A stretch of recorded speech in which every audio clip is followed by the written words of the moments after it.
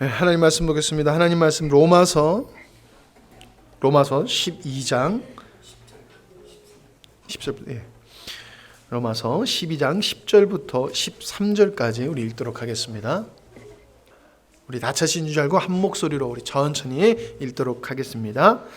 형제를 사랑하여 서로 우애하고 존경하기를 서로 먼저 하며 부지런하며 게으르지 말고 열심을 품고 주를 섬기라. 소망 중에 즐거워하며 환난 중에 참으며 기도에 항상 힘쓰며 성도에 쓸 것을 공급하며 손 대접하기를 힘쓰라. 아멘. 오늘 말씀의 제목을 그리스도인의 삶의 자세는 어떠한가? 그리스도인의 삶의 자세, 이것을 좀 생각해 보려고 합니다.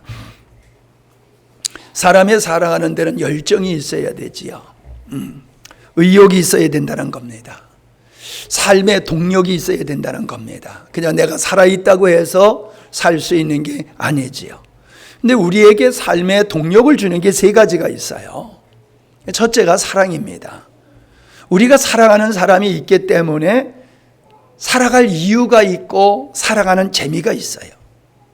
사랑하는 사람이 없으면은 어떻게 보면 살아갈 이유도 없고 할 일도 없어요. 사랑하는 사람을 사랑하면서 사는 것, 그게 바로 우리의 삶의 동력이다. 저는 그렇게 봅니다. 두 번째가 믿음입니다.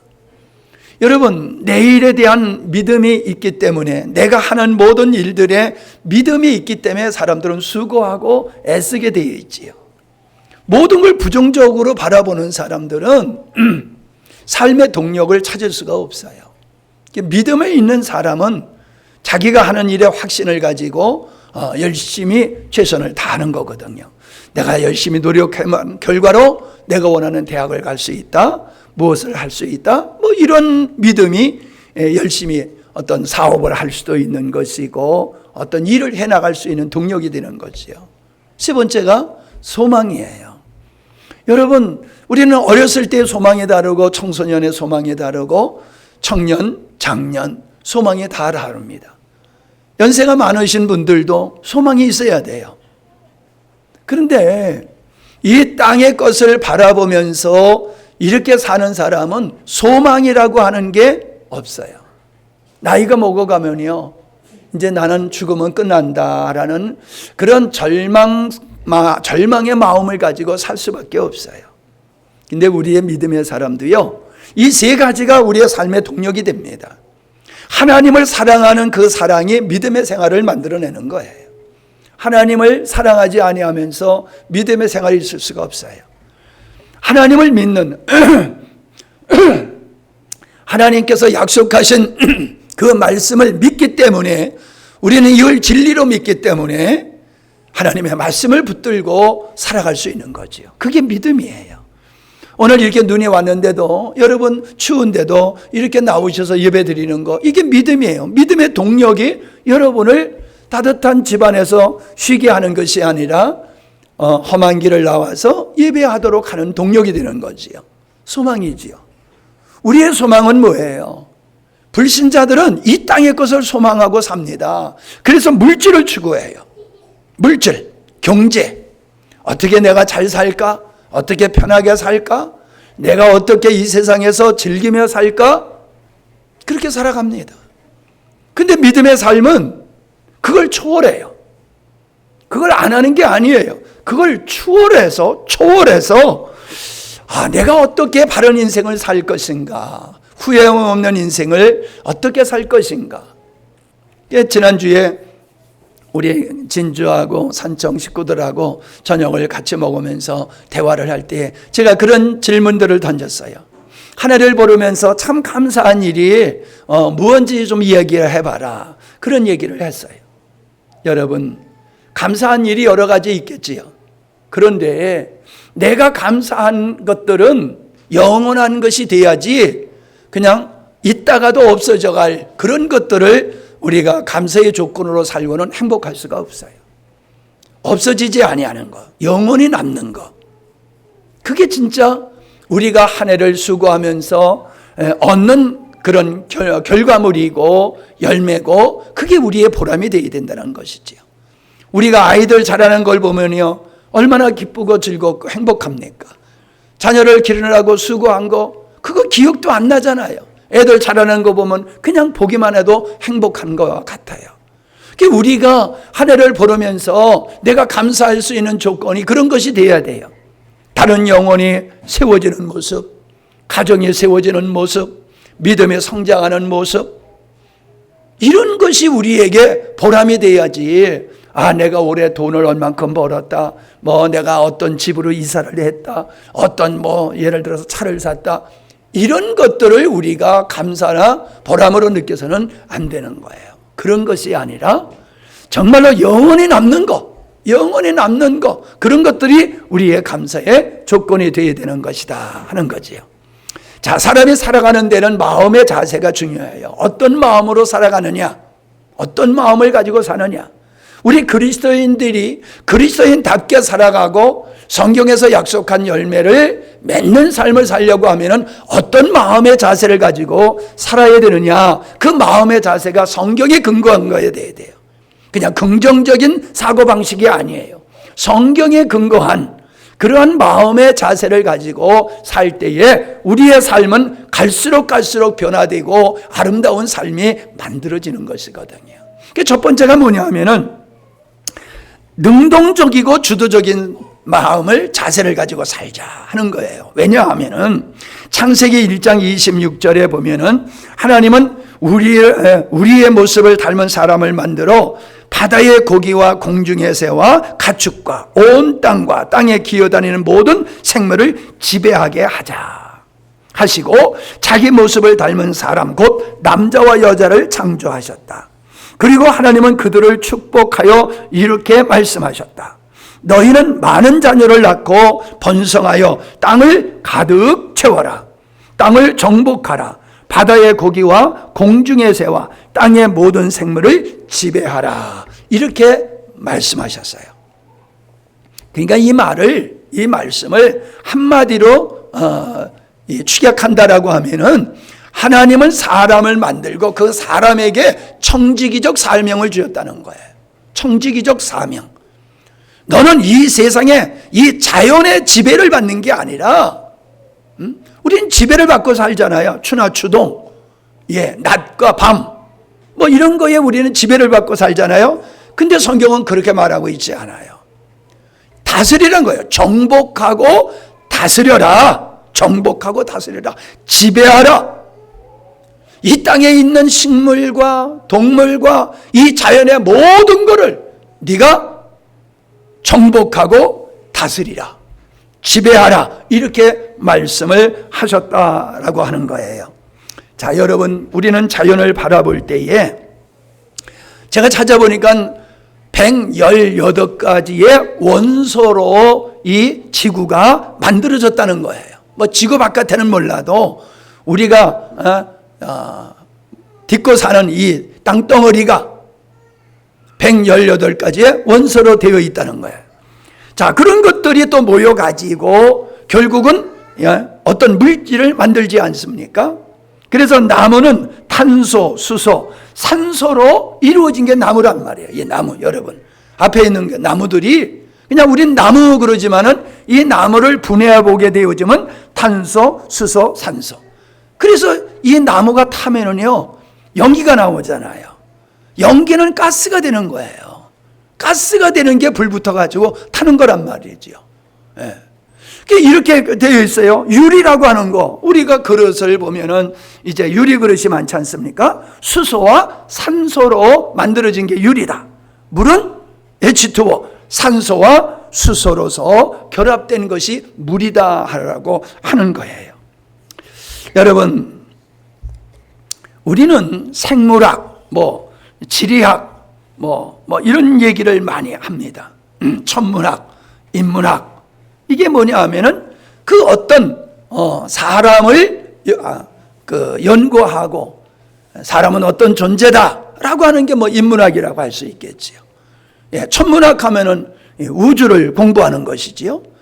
또 생물학 하면은 동물, 식물 이런 것들을 이제 얘기하는 거지 않습니까? 그러니까 이 땅에는 많은 그런 물질들이 있는데 거기에는 각각의 다 원리가 있다는 거예요. 각각 원리가. 예. 땅은 땅대로. 그래서 중력이 있잖아요. 중력. 예? 또 뭐가 있어요? 예? 공기에는 양력이 있고 바다에는 부력이 있어요.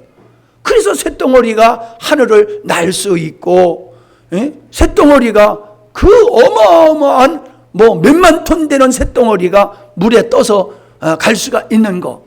이게 자연의 법칙이 있기 때문에 그런 것이라는 거예요. 지구가 자전하고 자전하는 거, 이것도 우리는 그냥 가만히 지구가 그냥 가만히 있는 것 같지만 아니잖아요. 지구는 계속 막 돌고 있잖아요. 빠른 속도로. 똑같은 속도로. 이게 하나님이 만들어 놓으신 이 우주, 이 지구, 이 자연 속에는 그런 법칙이 있다고 하는 거예요. 그거를 너희들이 깨달으라는 거예요. 이 자연의 법칙을 깨달아서 그거를 이용해서 너희들이 기계도 만들고 또 예측도 하고 그렇게 잘 살아가라는 거예요. 일기예보가 있잖아요. 내일을 어떻게 알아요? 옛날에는 내일이 어떻게 될지 몰랐잖아요. 근데 지금은 다 알잖아요. 내일이 아니라 며칠 후, 일주일 후, 몇 달 후까지 일기예보를 하고 있잖아요. 이게 뭐예요? 자연의 원리를 알게 되어지니까는 이렇게 이제 추운 날씨가 될 거다, 더위가 올 거다, 장마가 질 거다, 태풍이 올 거다, 어떤 태풍이 올 거다. 이게 다 자연을 연구해 가지고 알게 되어지는 거란 말이죠. 자, 생각해 보세요.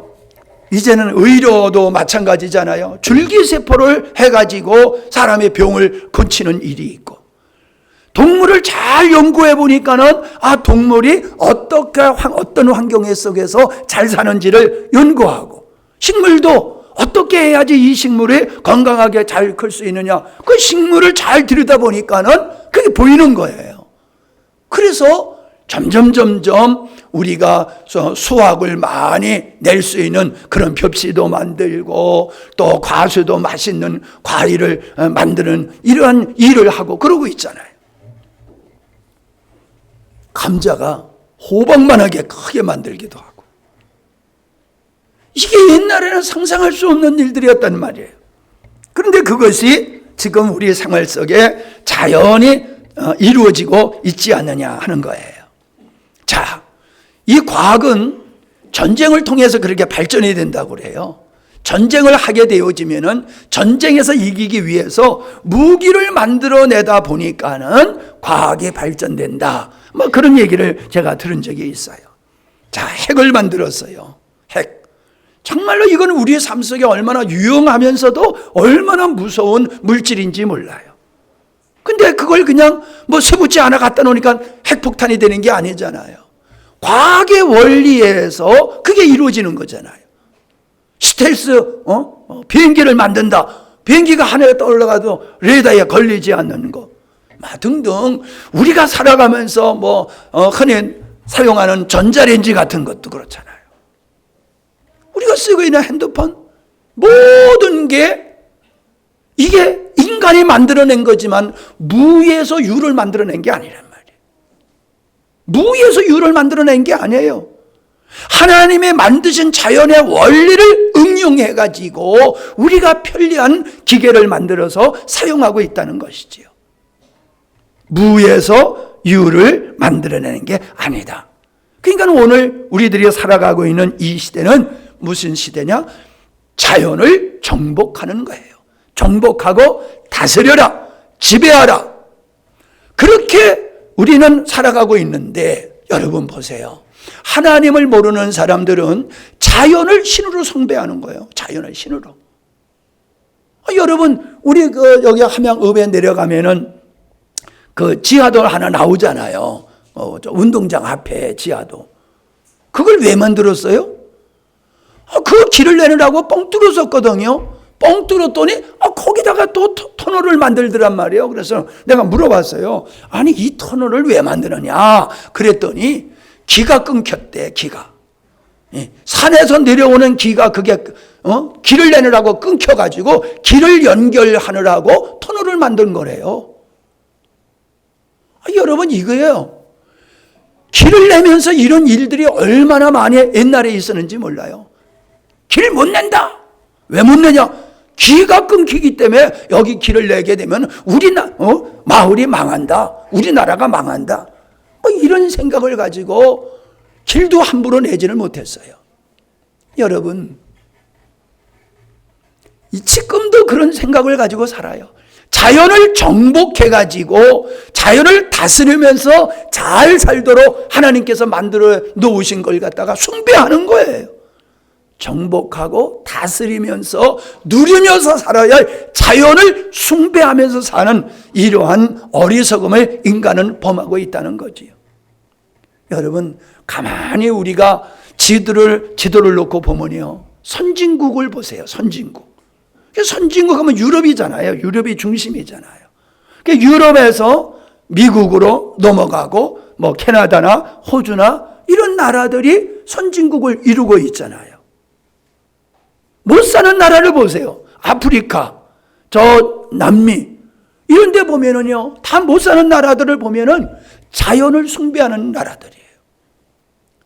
자연을 정복하는 나라는 잘 사는 나라 선진국이 돼 있고, 자연을 섬기는 숭배하는 나라들은 못 사는 나라가 되어 있어요. 우리도 그런 나라였잖아요. 조금 전에 얘기한 것 같이 기가 끊긴다. 산에 산맥을 끊으면은 기가 끊겨서 망한다. 산에 장례 치르러 가면은 산신제를 지내요. 왜 산신제를 지내요? 산을 가서 허락도 없이 산에 구덩이를 파면은 그 산의 신이 노한다는 거예요. 그래서 산신을 갖다가 먼저 달래는 거예요. 우리가 좀 땅 좀 파고 여기 장례 좀 치를 테니까 해코지 좀 하지 마세요. 이해하세요. 달래는 거, 그게 산신제 지내는 거예요. 바다에 가가지고 고기 잡으러 갈 때 제사 지내. 돼지머리 놓고 거기서 제사 지내. 해방 놓지 말고 우리를 도와주세요. 자연을 숭배하는 거예요. 우리 과거도 다 그랬어요. 그런데 선진국의 사람들은 자연을 숭배하는 게 아니라 하나님의 말씀대로 자연을 정복하게 되다 보니까 과학이 발달하고 경제가 발전을 해가지고 선진 문화, 선진 경제를 이루었잖아요. 일본과 우리나라를 비교해 보면 옛날에는 우리나라가 더 힘이 셌어요. 일본보다. 근데 일본한테 우리가 먹혔잖아요. 36년 동안. 왜 먹혔어요? 일본이 빨리 서양의 문물을 받아들인 거예요. 우리는 계속해서 상투 자르면 안 돼. 상투 자르면 이건 죽는 줄 알았어요. 상투 자르면. 여기 상투 찌고 있는 사람 어디 있어요 지금? 상투 찌고 있는 사람 하나도 없잖아요. 머리 빠지는 사람은 옛날 같으면 상투 쪄줬으면 좋았을 것 같아. 머리 빠지는 사람, 이상하게 머리는 옆에 머리 놔두고 위에만 머리만 빠지잖아. 그냥 상투를 이렇게 하면 머리 빠지는 사람 없었을 것 같아. 다 감춰져가지고. 뭔 얘기를 하느냐? 자, 신명기 28장 13절에 보면 이런 말씀이 있어요. 여호와께서 너를 머리가 되게 꼬리가 되지 않게 하시고 위에만 있고 아래에 있지 않게 하시리니 오직 너는 내가 오늘 네게 명령하는 네 하나님 여호와의 명령을 듣고 지켜 행하며 내가 오늘 너에게 명하는 그 말씀을 떠나 좌로나 우로나 치우치지 아니하고 다른 신을 따라 섬기지 아니하면 이와 같으리라. 뭐와 같으리라? 꼬리가 되지 아니하고 머리가 되게 하리라 라는 말씀을 하고 있어요. 여러분, 머리가 된다는 게 뭡니까? 리더자가 된다는 거예요.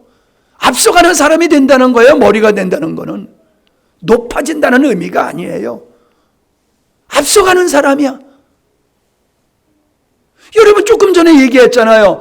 구라파가 이 유럽이 잘 사는 나라, 그들도요, 영국이 다 도둑놈이었잖아요. 해적들이었잖아요. 여러분 영화를 보세요. 옛날에 유럽의 영화를 보면 그들도 얼마나 미개했습니까? 그런데 거기에 하나님의 복음이 들어가니까 그들의 생각이 어떻게 됐어요? 자연을 숭배하는 자리에서 자연을 정복하게 되다 보니까는 세계의 식민지를 만들면서 그들이 살아갈 수 있었잖아요. 우리 식민지를 잘했다는 얘기가 아닙니다. 머리가 됐다는 거예요, 머리.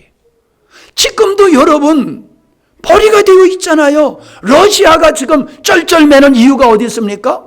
서방에 도와주니까는 이 러시아가 그냥 쪽도 못 쓰잖아요, 그냥.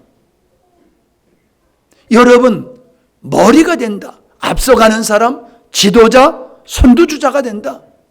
그러니까 모든 과학적인 면에서, 경제적인 면에서, 모든 철학적인 면에서, 모든 면에서 앞서가는 지도자가 되는 거예요. 그게 어떤 사람? 하나님을 믿는 사람은 하나님이 만든 이 자연의 모든 원리를 깨닫고 정복하고 지배하는 사람은 머리가 되는 민족, 머리가 되는 사람, 머리가 되는 민족이 된다. 그렇게 말씀하고 있는 것입니다. 그러니까는 이런 사람의 삶의 자세는 모든 게 능동적이에요. 누가 시켜서 하는 게 아니에요. 공부해라 해서 공부하는 게 아니에요.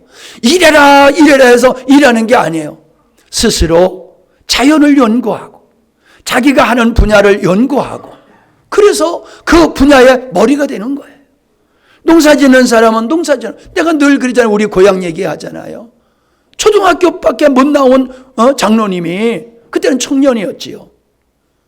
대나무를 꺾어가지고 대나무로 하우스로 만들어가지고 거기서 가지를 만들고 오이를 재배하고 그래가지고 그 면 전체가 그냥 그렇게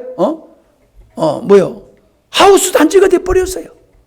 그래서 그냥 그 동네가 잘 사는 동네가 되고요. 지금도 여주에서 흥천면 하는 흥천교회가 거기서 둘째 가는 교회예요.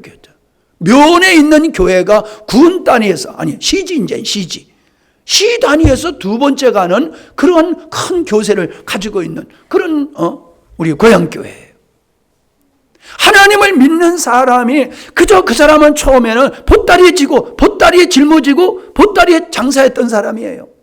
그런데 하나님이 만드신 자연의 원리를 잘 깨달으면서 이 특수작물을 해가지고 그래가지고 초등학교밖에 안 나온 사람이 강사가 돼가지고 도에 다니면서 강의를 하고 그랬어요. 앞서가는 사람이 됐단 말이에요. 머리가 됐단 말이에요. 이런 사람은 매사에 자기가 하는 일을 그냥 관습대로 하는 게 아니에요. 연구하고 관찰하면서 원리와 이론을 발견하고 그렇게 앞서가는 사람이 되더라라고 하는 겁니다. 우리는 자연의 이치를 알아야 돼요. 자연의 원리를 알아야지 우리가 잘 살 수가 있는 거예요. 믿는 사람들은 하나님이 주신 이 자연을 잘 연구하고 이해하고 응용함으로 말미암아 머리가 되는 삶을 살 수 있다는 거예요. 그래서 어떻게 돼요? 꾸는 자가 아니라 꾸어주는 사람이 될 수 있는 거예요. 도움을 받는 사람이 아니라 도와줄 수 있는 사람이 되는 거예요.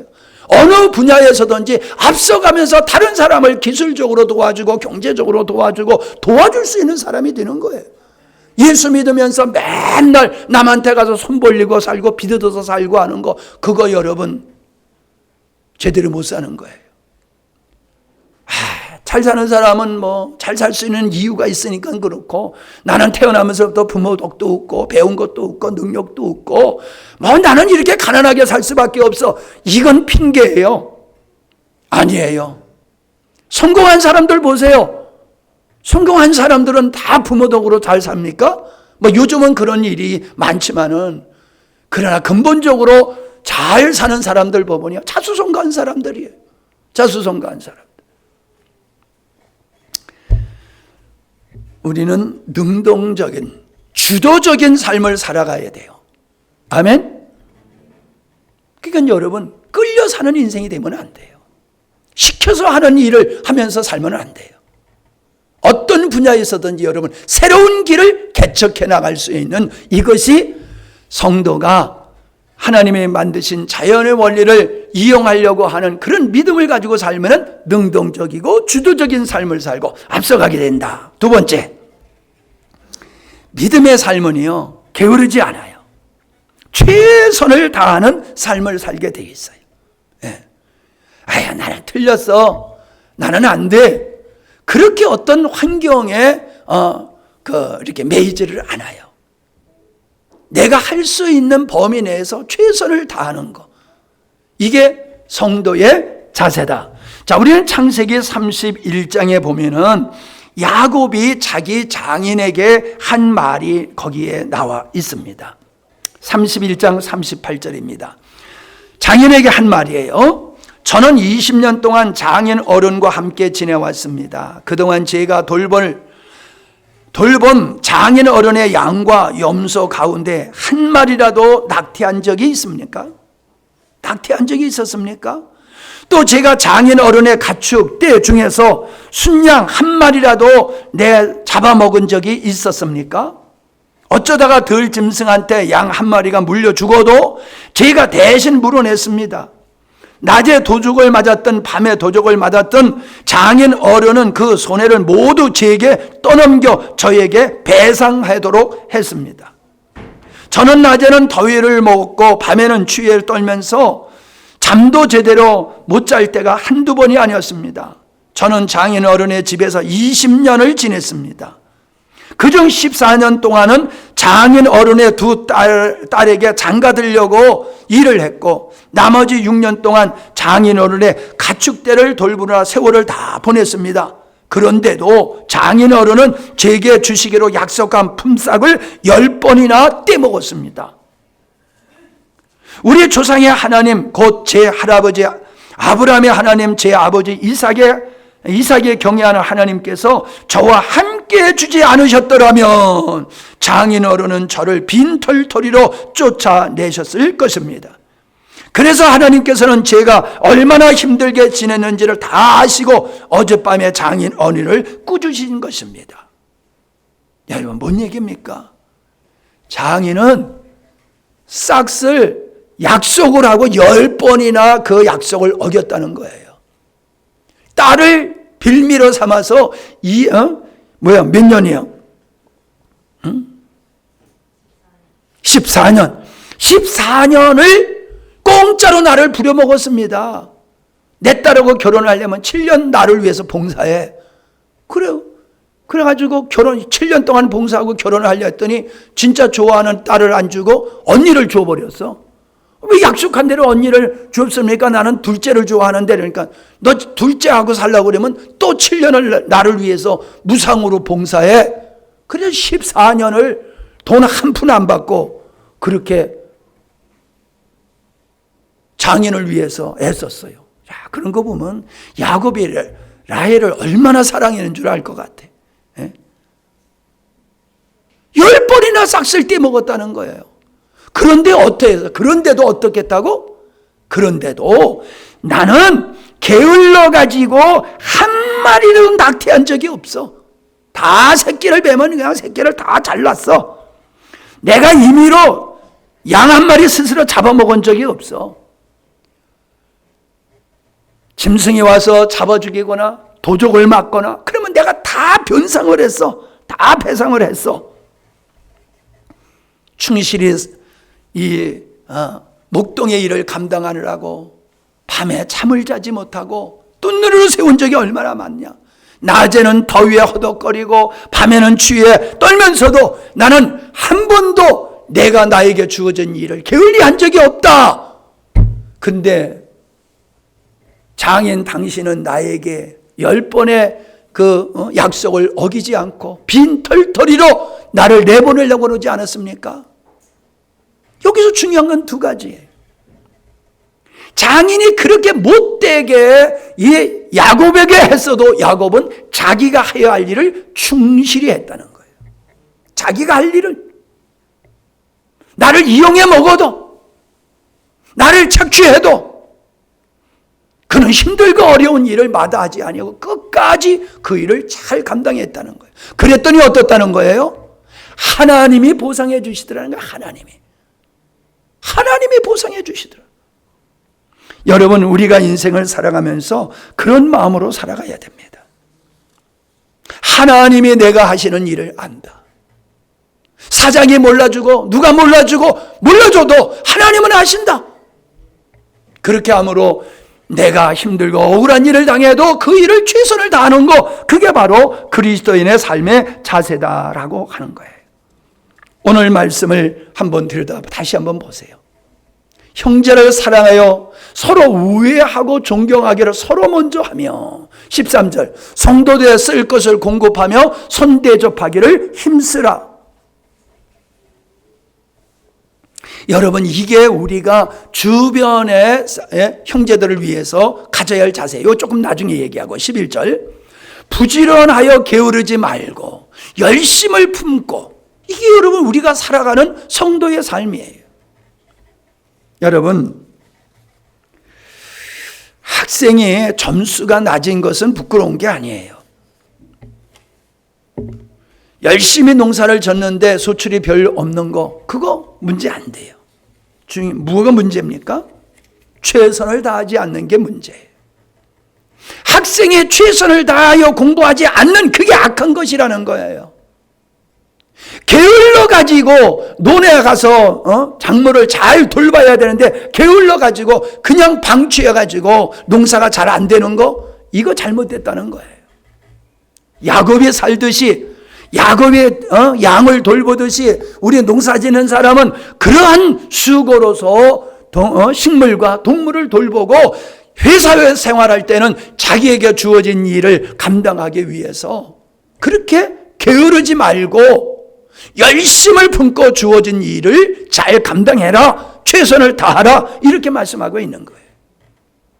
여러분, 퇴근 시간 됐으니까 퇴근하지 마세요. 퇴근 시간 됐으니까 나 퇴근할 거야, 그러지 마세요. 내가 할 일을 다 할 때까지는 퇴근하지 마세요.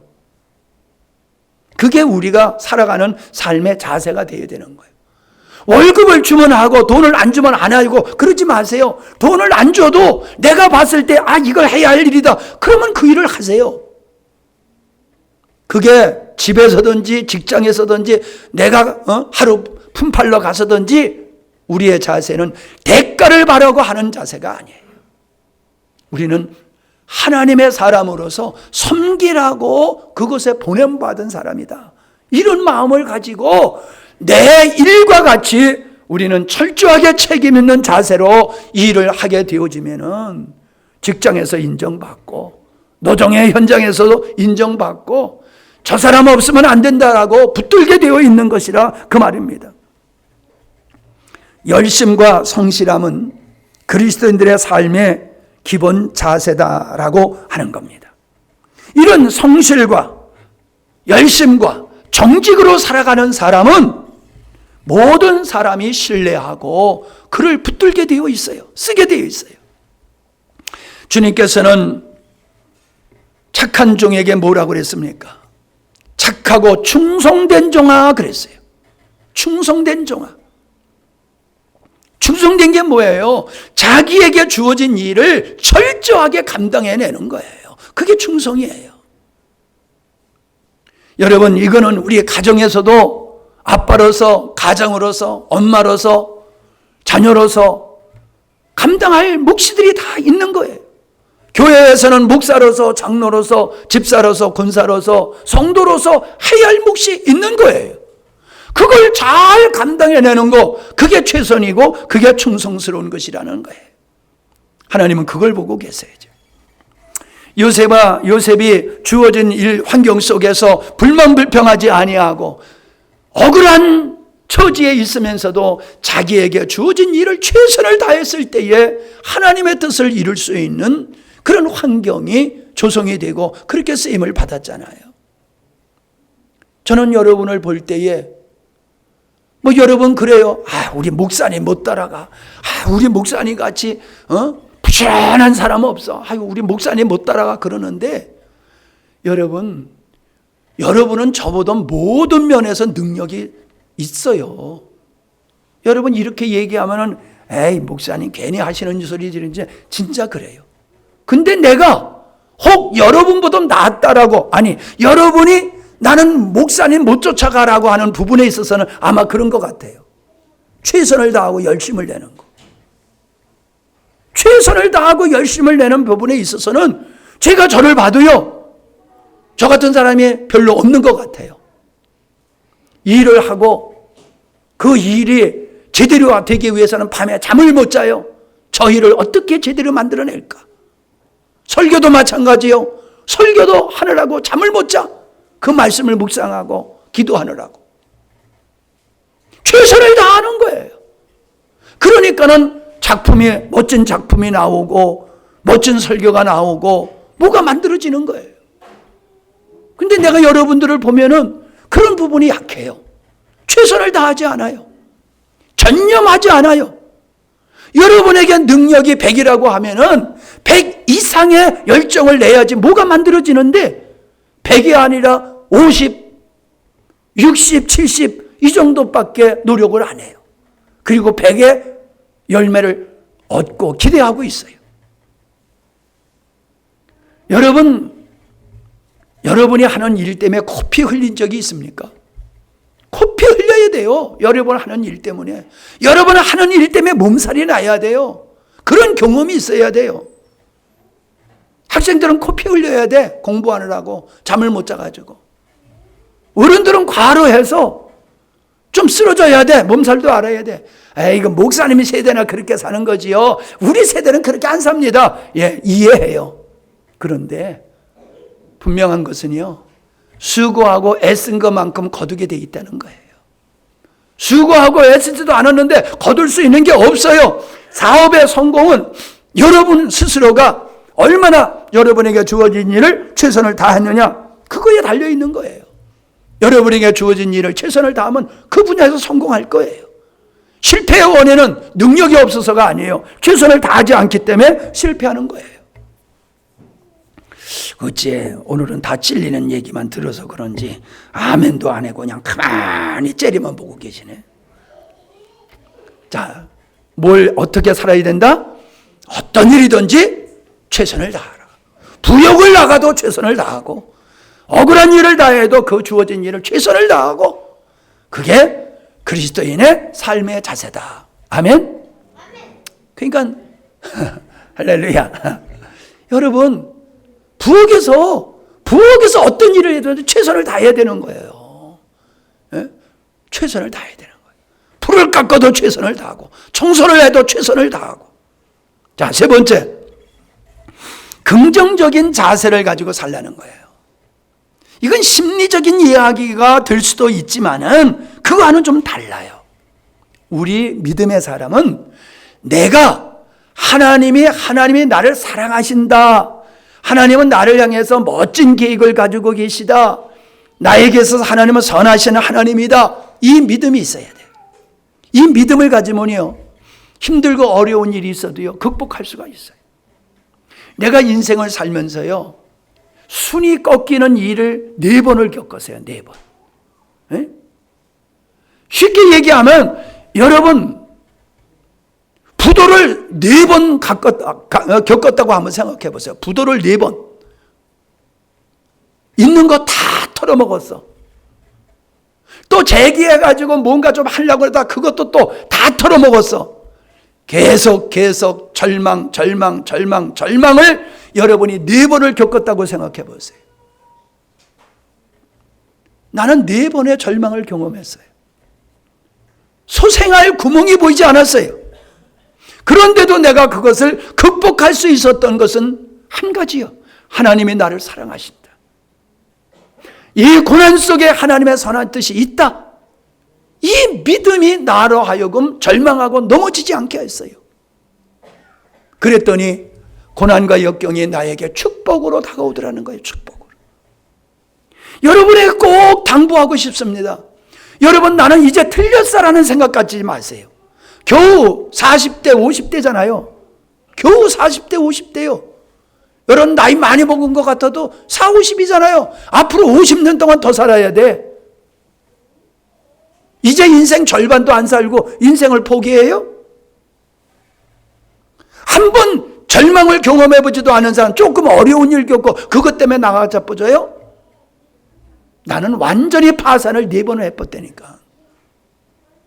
근데 거기에서도 믿음을 가지고 나갔더니 하나님께서 새로운 길을 열어주시고 새로운 손길을 주셔서 감당하게 하시고 은혜 입게 하시고 그러시더란 말이에요. 염려는요, 부정적인 믿음의 결과물이에요. 염려는 아직 일어나지 않는 거예요. 근데 일어나지 않는 상황을 일어날 걸로 믿고 있으니까 염려가 생기는 거예요.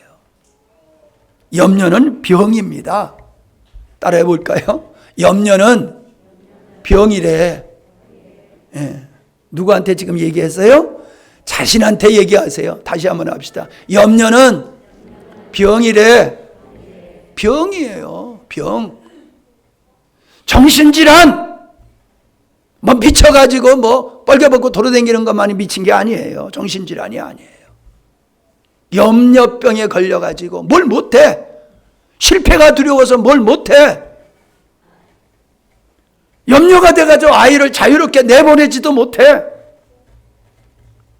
여러분, 긍정이라고 하는 것은 그냥 심리적으로 그렇게 생각하는 게 아니에요. 믿음의 긍정이야, 믿음이. 하나님이 나와 함께 하신다. 하나님은 나를 향한 선한 뜻을 가지고 계신다. 아멘? 이 믿음, 이런 자세를 가지고 살면은 어떤 고난과 역경이 와도 이겨낸다는 거예요. 네 번째는 진리를 위해서 목숨을 걸어야 된다라고 하는 겁니다. 사람들은 목숨을 걸고 살아가는 일들이 많아요. 근데 본질이 아는 것에 목숨을 걸고 사는 어리석은 사람들을 많이 봐요. 우리가 목숨을 걸고 살아가야 될 것은 진리예요, 진리. 진리, 다시 말하면 하나님을 향한 믿음은 목숨을 다해서 지켜야 되는 거예요. 목숨을 다해서 하나님을 사랑해야 되는 거예요. 뭐라고 그랬어요? 목숨을 다하여 뜻을 다하여 성품을 다하여 하나님을 사랑하라. 여러분, 적당히 사랑하라는 게 아니에요. 전인적으로 사랑하라는 거예요. 모든 걸 전념해가지고 사랑하라는 거예요. 하나님을 향한 사랑, 하나님을 향한 믿음, 이거는 목숨을 가지고 지켜야 된다는 거예요. 여러분, 하나님을 모르는 사람들은 왜 그 짓을 해? 그거 미친 거 아니에요? 이렇게들 생각할 거예요. 근데 하나님을 만나본 사람은 알아요. 내가 믿음을 지키는 것은 내 영혼이 사는 길이다. 믿음을 잃어버리면 내 인생도 끝장나고 내 영혼도 끝장난다. 이걸 아는 사람은요, 믿음의 가치를 귀하게 여기고 믿음을 지키기 위해서는 목숨까지도 내놓는다는 거예요. 지금도 얼마나 올해도 얼마나 많은 사람이 믿음 때문에 순교를 당했는지 몰라요. 얼마나 많은 사람이 믿음 때문에 불이익을 당했는지 몰라요. 그저 하나님 모른다라고 하면은 고난을 면할 수 있고, 하나님 안 믿겠다라고 하면 죽지 않을 수도 있는데도 불구하고 끝까지 예수 믿겠다고 주장하다가 고난당하고 죽는 사람들이 있잖아요. 순교당하는 사람. 그 사람들이 바보라 그렇습니까? 정신질환자라 그렇습니까?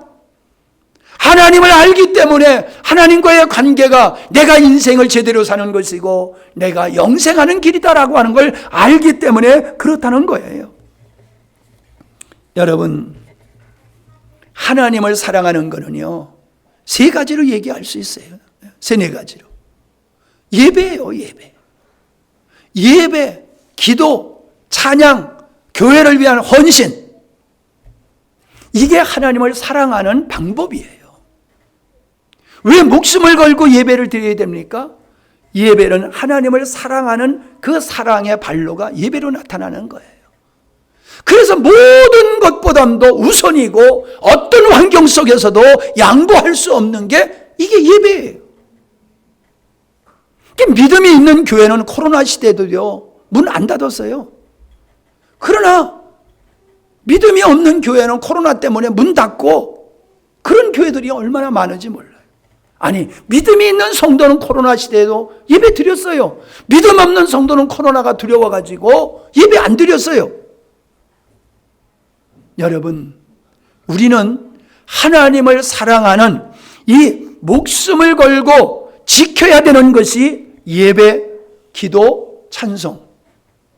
여러분, 기도를, 여러분, 내가 지난번에도 얘기했잖아요. 이 점등식 하는데, 아니, 내가 지금 함양군에서요, 내가 2번째 오래된 목사예요. 예? 고참이잖아요. 저기 대지교회 목사님이 나보다 몇 개월 일찍 오시고, 그 다음에 나예요. 그러니까 왕고참이야. 내가 목사로 따지면 60명 중에서 2번째로 오래된 목사예요. 근데 날 보고 기도하래. 아, 기도는 젊은 목사들이 하는 몫이거든. 나 같은 사람은 축도하는 게 이게 내 몫이거든요. 근데 축도할 사람 보고 기도하래. 그래서 그 왜 내가 기도하냐? 젊은 사람들도 많은데 그랬더니, 아, 목사님이 기도하셔야 됩니다. 왜? 목사님은 기도에 힘이 있고 능력이 있지 않습니까? 알긴 아는구만. 그럼 뭐 또 그거 하는 게 뭘 대수롭자. 그래서 내가 허락을 하고 내가 기도를 했어요. 참여한 분들은 아시지만. 근데 여러분, 많은 사람이 왜 목사님, 영광스러운 교회 목사님이 기도하는 은혜가 된다고 그래요? 열심히 해요, 열심히. 머리에 있는 걸 하는 게 아니에요. 가슴에 있는 걸 하는 거예요. 그러니까 기도가 그냥 건성건성 하는 게 아니에요.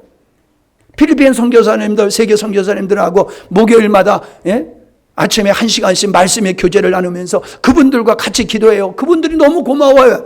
왜 고마워요? 아, 목사님이 설교만 하는 게 아니라 설교가 끝나고 우리와 똑같이 그냥 열심으로 기도해 주는데, 아, 우리보다 더 열심히 기도한대, 강사가. 그래서 은혜가 된대. 여러분, 우리가 기도는요, 머리로 하는 기도가 아니에요. 머리로 하는 기도. 가슴으로 하는 기도가 돼야 돼요. 하나님의 역사는 가슴으로 기도할 때에 역사가 일어나는 거예요. 소리 지르는 것만이 열정이 있는 게 아니에요. 한나가 기도할 때에 술 취한 사람인 줄 알았잖아요. 소리 질러서 기도하는 게 아니라 그냥 가슴을 끌어안고 기도하는 모습을 봤잖아요. 우리는 어떤 모습으로 기도하든지 간에 중요한 게 뭐예요? 전력으로 기도하는 거예요, 하나님 앞에. 그게 큰 소리 나올 수도 있고 그냥 속으로 하는 기도일 수도 있어요. 찬양도 마찬가지예요. 내가 유튜브에 그 카톡에 그 찬양하는 거 내가 올려놓은 거 여러분 보셨어요? 보셨을 거예요. 유대인들이 그 큰 체육관에 모여가지고 그 시커먼 모자 쓰고 시커먼 외투 입고 수염 기른 노인네들, 젊은 사람만이 아니야. 그냥 할아버지들도 모여가지고 그들이 찬송하는 모습을 보세요. 나는 내용은 하나도 모르겠어. 그런데 그 모습 속에 은혜가 돼. 거기 있는 수천 명의 사람들이 그냥 한 마음으로 그 찬양하는 모습이 나는 그냥 그게 은혜가 돼. 그 중에서 건성으로 하는 사람이 있는 것 같아요? 있긴 있겠지. 근데 내가 봤을 때는 한 마음으로 하는 거야, 한 마음. 우리가 찬양할 때에 그렇게 해야 돼요. 여러분, 우리 최종화 집사님 나와서 여기서 이렇게 우리 몇 사람이 찬양 인도하잖아요. 여기서 설렁설렁 해요? 안 했지. 최선을 다하지. 거기 앉아서는 어때? 거기서 기도할 땐 설렁설렁해. 나와서 하라고 그러면요, 열심히 해. 여기서 하나 거기서 하나 하나님을 찬양할 때는요, 최선을 다해서 목숨을 다해서 찬양하는 거예요. 그럴 때 하나님의 역사가 일어나는 거예요. 헌신도 마찬가지예요. 주님은 교회를 세우기 위해서 목숨을 내놓으셨어요. 목숨을 걸고 교회를 세우셨어요. 그런 피로 사신 교회를 우리에게 맡겨주셨는데, 교회를 사랑하는 것이 그냥 형식적으로만 설렁설렁하면 안 돼요. 오늘도 아침에 우리 장로님, 집사님 두 분이 와서 다 쓸고 내려가셨어요. 눈을 쓸고 내려가셨어요. 그 왜 그래요? 교회를 사랑하고 하나님을 사랑하니까는 하나님께 드려지는 예배에 여러분들의 불편함이 없도록 그 추운데 올라와서 그거 쓸고 다 그리고 쓸고 내려갔잖아요. 여러분, 우리가 목숨 걸고 해야 될 일은요, 목숨을 걸고 우리를 구원하신 하나님, 목숨을 십자가에 주심으로 말미암아 만드신 교회, 이 교회를 우리가 어떻게 사랑해야 되느냐? 목숨 걸고 사랑해야 되는 거예요. 영혼을 사랑하는 게 바로 그거예요. 우리가 영혼을 사랑할 때 정말로 여러분, 주님이 그러셨잖아요. 아버지께서 우리를 위해서 독생자를 내주시는 사랑을 하신 것 같이 너희들도 그렇게 서로 사랑하라 그랬어요. 대충 사랑하는 게 아니에요. 여러분, 대충 사랑하는 게 아니에요. 목숨을 다하고 뜻을 다하여 성품을 다하여 하나님을 사랑하는 것 같이 너희들도 이웃을, 형제를 네 몸과 같이 사랑하라는 거예요. 여러분 그렇게 사셨어요? 그렇게 살고 계세요? 여러분 아무리 못된 사람도요, 우리 하은이가 그래요. 두꺼비라고 있어. 두꺼비 같이 간호사. 얼마나 미우면 두꺼비라고 이름을 줬겠어요. 여자한테. 아주 두꺼비 때문에 못 살겠다고, 두꺼비 때문에 나 1년만 하고 함양으로 내려간다고 그러더니 요즘 두꺼비하고 맨날 같이 살아도 두꺼비가 돼버렸어. 똑같은. 그렇게 못 살게 그는 그가 지금은 하은이가 없으면 못 산대. 그렇게 좋은 관계가 됐어요. 왜요? 여러분, 우리가 그 어떤 사람도요, 사랑을 쏟아 부으면은, 어떤 사람? 목숨을 거는 사랑을 쏟아 부으면은 그 사람이 변화되게 돼 있어요. 아멘대로 하세요. 예?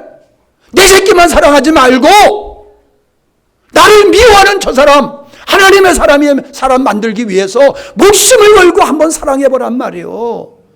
오른뺨 치면 왼뺨 대라고 그랬잖아요. 속옷을 다내는 자의 겉옷까지 주라고 그랬잖아요. 꾸고자 하는 자의 거절하지 말고 주라고 그랬잖아요. 그렇게 바보같이 목숨을 다해서 한번 사랑해보세요. 그 사람이 안 바뀌어지나? 안 바뀌어지나? 그렇게 사랑받고도 안 바뀌어지면 그건 지옥의 자식이에요. 그건 진짜. 변화되게 돼 있어요. 여러분 돈 왜 벌어요? 왜 열심히 공부하고 좋은 직장 가려고 그래요? 나 잘 먹고 나 잘 살려고. 그건 예수 안 믿는 사람들의 모습이에요. 다시 읽어요. 여기 뭐랬어요? 형제를 사랑하여 서로 우애하고 존경하기를 서로 먼저 해라. 성도들의 쓸 것을 공급하기 위해서 손대접하기를 힘쓰라. 밥 좀 사라는 거예요. 밥 좀 사라. 오늘 식으로 얘기하면 밥 좀 사라는 거예요. 나 같은 사람 안 사줘도 괜찮아. 근데 여러분이 밥 사줘야 될 사람이 있어요. 맨날 나만 사줘? 네, 맨날 여러분만 사줘도 여러분이 사줘야 될 사람이 있어요. 왜? 그 영혼을 얻기 위해서. 왜? 하나님의 사랑을 먼저 우리가 받았기 때문에. 말씀을 마쳐야 되겠네요. 요한계시록에서는 죽도록 충성하라 그랬어요. 죽도록 충성하라. 죽도록 하는 게 뭐예요? 전심을 다하는 거예요. 전심을 다하라는 거예요. 이것은 우리가 사명을 감당하는 데 있어서 가져야 할 자세라는 거예요. 하나님을 예배하는, 하나님을 믿는 믿음의 모습이 바로 그렇게 전심을 다해서 하라라고 우리에게 말씀하고 있어요. 여러분, 눈이 오니까는 쉴 수가 있어요. 코로나니까 쉴 수 있어요. 그러나 죽도록 주님을 충성하는 사람은 코로나가 와도, 눈이 와도, 태풍이 불어도 하나님을 예배하고 하나님의 교회를 섬기는 일은 중단하지를 않는다라고 하는 겁니다. 우리들이 이런 사단의 거짓말에 속아 살 수 있어요. 나 하나쯤은 안 해도 괜찮겠지. 나 하나쯤 안 해도 다른 사람이 다 할 테니까, 다 잘 될 테니까 나 한 사람은 빠져도 괜찮겠지. 이게 사단한테 속은 사람이에요. 근데 그걸 바꿔야 돼요. 주님은 우리에게 뭐라고 그래요? 다른 사람은 안 해도 너만은 해야 된다.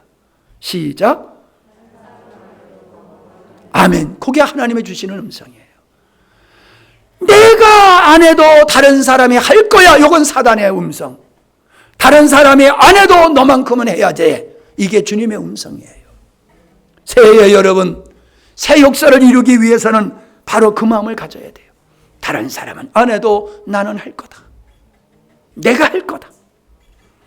나 한 사람에 의해서 우리 교회의 미래는 결정된다. 내가 가만히 있어도 우리 교회는 잘 될 거야가 아니에요. 내가 하면은 우리 교회는 세워지고 내가 안 하면 우리 교회는 무너진다. 이런 마음, 이게 주님의 마음이에요. 주님의 사람이 갖는 마음이에요. 그리고 죽도록 하는 거는요, 끝까지 하는 거예요. 끝까지. 하다가 마는 게 아니에요. 죽을 때까지 하는 거예요. 그게 죽도록 하는 거예요. 죽을 때까지. 모든 게 다 탈진될까지. 내가 하나님 앞에 요즘 무슨 기도를 하고 있는지 아세요? 엘리야의 기도를 하고 있어요. 엘리야의 기도. 하나님, 엘리야가 가멜산상에서 기도해서 하늘에서 불이 내려오는 역사가 있었습니다. 하나님의 하나님 되심을 그의 기도를 통해서 하나님은 이루셨는데 백성들은 하나님 앞에 안 돌아오고 아합도 하나님 앞에 안 돌아오고 이세벨은 도리어 엘리야를 죽이겠다고 이를 갈고 있어요. 그때 엘리야가 너무너무 낙심이 돼가지고 아라비아 거기까지 가가지고 토굴 속에 들어가서 하나님 나 죽여주세요. 나 좀 빨리 좀 데려가 주세요. 그랬었어요. 그런데 그에게 주님이 찾아오셔서 그에게 새 힘을 주셔가지고 마지막 사명을 감당하게 하셨어요. 제가 하나님 앞에 기도하는 게 그거예요. 주님, 제가 탈진하여 이제 하나님 쉬고 싶습니다. 이런 마음이 저에게 있지만은, 엘리야가 있지만은, 엘리야가 끝까지 사명을 감당한 것 같이 저도 끝까지 사명을 감당하게 해주세요. 제가 그런 기도합니다. 목사님 하세요. 잘하세요. 나는 그냥 내 갈 길 갈게요. 이러면 안 돼요. 왜 목사님이 그렇게 힘들어 하시는가? 엘리야가 그렇게 불이 내리는 영광을 봤으면서도 왜 낙심했던가? 오늘 내가 하나님의 종을 낙심케 하는 모습으로 믿음의 생활을 하고 있는가? 하나님의 은혜를 내가 헛되게 저버리고 있지는 않는가? 여러분 생각하셔야 돼요. 나로 말미암아 다른 사람의 살맛이 나야 돼. 나로 말미암아 목사님의 목회할 맛이 나야 돼. 아멘들 안 하시는 거 봐라. 응?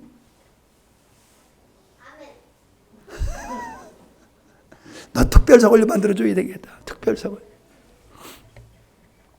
저를 위해서 얘기하는 게 아니에요. 그러한 마음이 있는 사람은 영적인 열정이 식어지지 않아요. 영적인 동력이 그를 넘어진 상태, 넘어지지도 않게 할 뿐만 아니라 넘어진 상태에서 그냥 가만히 있게 하고 세상에 휩쓸려 가도록 가만히 있게 하지 않아요. 세상을 이기는 자가 되는 거예요. 하나님 앞에 잘하였다, 착하고 충성된 종아, 내가 작은 일에 충성하였구나. 내가 많은 것으로 내게 맡긴다. 이런 은혜의 축복의 음성을 듣는 새해가 될 수 있기를 바랍니다. 아멘. 기도합니다. 겸손과 섬김으로 하나님의 사람들이 어떻게 살아야 될 것인가를 우리에게 보여주셨던 주님, 우리가 정한 길을 가면서 스스로 만족하는 신앙이 아니라 주님이 정하신 길을 걸어가며 주님과 동행하며 하나님의 나 안에서 역사하심을 늘 경험하면서 살아가는 아름다운 삶이 되게 하여 주시옵소서. 내가 하나님의 자녀다, 십자가의 복음을 입으로 얘기하지만은 내가 살아가는 자세는 옛사람의 모습으로 살아가서는 아니 될 줄로 압니다. 복음을 얘기했기에, 천국을 얘기했기에 우리의 삶의 태도가, 우리의 마음의 자세가 성경적인 모습으로 세워지게 하여 주시어서 참으로 정복하고 다스리는 자, 앞서가면서 인도할 수 있는 자, 하나님 그러한 저희들이 되게 해주시옵소서. 최선을 다하는 삶을 통하여 사람들과 하나님께 인정받게 하시고 목사님과 교우들에게 인정받게 하여 주시옵시고 참으로 우리에게 주어진 일을, 진리를 지켜나가는 일에 목숨 걸고 감당할 수 있는 저희들이 되게 해주시어서 참으로 하나님의 역사가 우리를 통하여 이루어지는 새해를 맞이할 수 있도록 하나님 우리의 생각과 마음을 새롭게 하여 주시옵소서. 11조 드렸습니다. 성경헌금 드렸습니다. 구제헌금과 감사헌금을 드렸습니다. 믿음으로 헌신케 하심을 감사하고 드려진 예물을 축복하시고 용력이 저들이 주 안에서 복되게 하여 주시옵시며 은혜의 통로를 들릴 수 있도록 우리 주님 기름 부어 역사하여 주시옵소서. 이해에도 하나님께서 놀라운 은혜로 우리를 부어주시고 붙들어주시고 인도하셨습니다. 새해를 믿음으로 기대하며 새로운 마음으로 새해를 맞이할 수 있는 저희들이 되게 하여 주시옵소서. 예수님의 이름으로 축복하며 기도하옵나이다. 아멘.